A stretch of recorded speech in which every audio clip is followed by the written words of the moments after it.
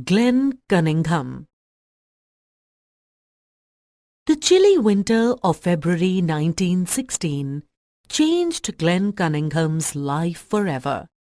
Born on 4 August 1909, Glenn was a poor farm boy growing up in the Kansas prairie. He was a likable kid who smiled a lot and loved running. Glenn's country school was 2 miles away from his house, but he was unfazed by the distance. He would easily cover the distance in less than 15 minutes. On one bitter cold morning, Glenn and his siblings arrived at the schoolhouse before any other students. Their teacher had not arrived yet, so Glenn's 13-year-old elder brother, Floyd, decided to build a fire in the school stove to make the building warmer by the time the others arrived. He started by taking a small shovel and cleaning the ashes out from the day before. He threw the ashes in the school garden to help fertilize the plants. He arranged some chunks of coal over the wooden logs in the pot-bellied stove. As soon as Floyd uncapped the 5-gallon can of kerosene kept near the stove, Glenn noticed a strange smell hitting his nose. "This doesn't smell like kerosene," he thought. "Smells more like—" Both Glenn and his brother were unaware that a community meeting was held at the schoolhouse the previous night. The people who attended the meeting had built a fire in the school stove. The fire was mostly dead the next morning. However, there were still a few live coals, which Floyd missed noticing. The people had also brought over some gasoline for their lanterns. Some of it found its way to the kerosene can, which was used to light the fire. Unfortunately, while kerosene burns slowly, gasoline can explode. As Floyd started pouring the liquid over the stove, the whole thing exploded. Everything caught fire, including Glenn's legs. The blinding explosion hurled Glenn painfully against the wall.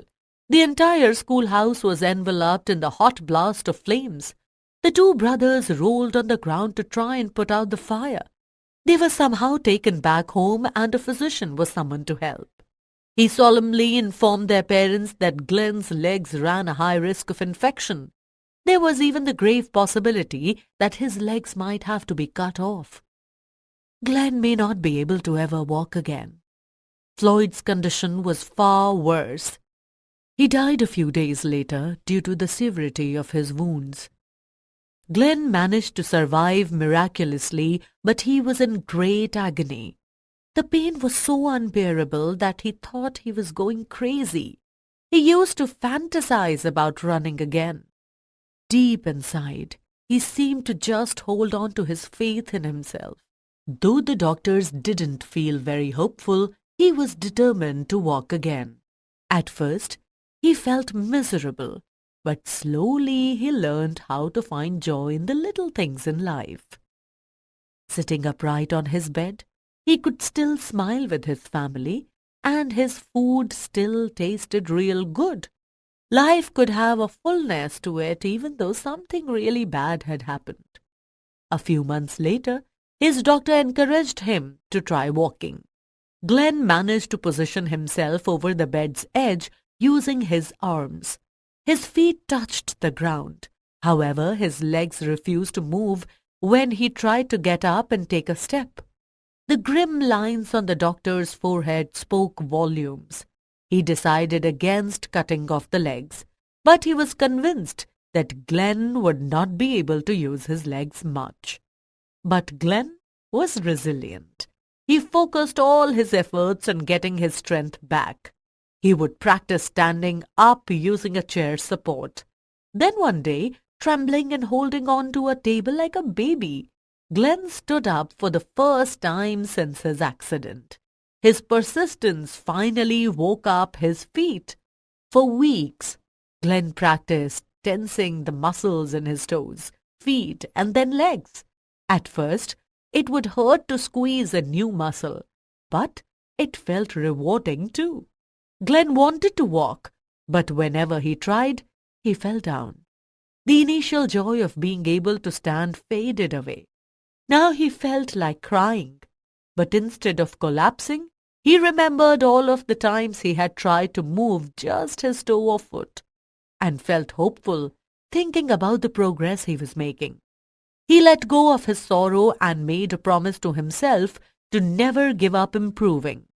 No matter how many times he fell down, he just brushed himself off and tried again. On Christmas Eve, he gave his mother a delightful surprise. With faltering steps like that of a baby, Glenn managed to walk up to her while she was standing by the door of his room. His mother threw her arms around him with great joy.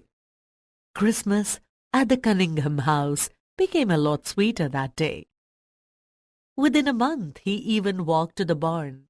During the day, his father gave him small farm chores so that he could practice walking. At night, his mother lovingly massaged his legs to relieve the pain. Slowly but surely, Glenn's legs became stronger. The doctor thought that Glenn's recovery was no less than a miracle and was very happy for him. But he noticed that his right leg was still quite weak.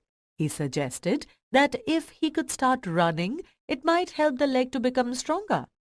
But he didn't have to tell Glenn that. He was already trying. Soon, Glenn ran everywhere.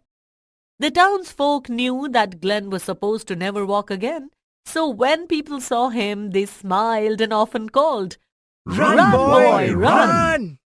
In a backwards way, it was true what the doctors had said long ago.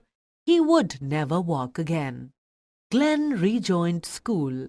In the evenings, he also did small jobs around the town to earn a little money to support his family. Glenn began to enter running races at school. At first he lost, but then he remembered the promise he had made to himself and just kept on trying. The hardest times were when he would lose, because the losses made him feel disappointed. At times, he didn't want to try anymore, but he noticed that when he lost heart, he didn't have as much energy for running. So he learned to just smile and breathe and let go of the bad feeling. He started treating the failures as stepping stones. He would just work harder and try to be better every day.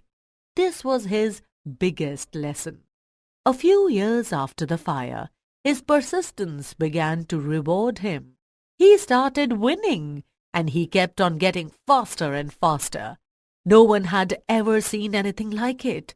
He was like the wind, flying everywhere. He became the fastest young runner anyone had ever seen. He won many of the events he entered and set a new junior world record for the interscholastic mile in a record time of 4 minutes and 24 seconds. In college, Glenn continued to grow and became even faster. He became a local hero. In the summer of 1932, the folks at his university chipped in to sponsor his trip to the Olympics, where he would represent the United States.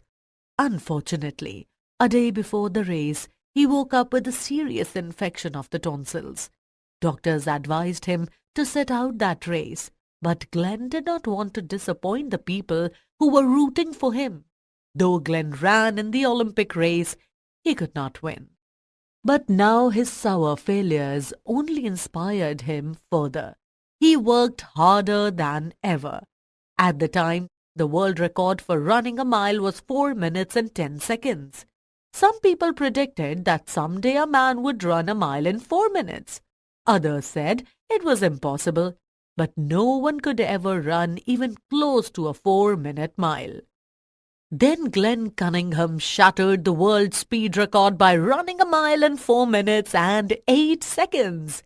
He may have failed to break the 4-minute mile, but for a moment, he became the fastest person in the history of the whole world. 4 years after his first Olympic loss, Glenn went on to win a silver medal in the Berlin Olympics in 1936. A great hero had risen from the little boy who was supposed to never walk again.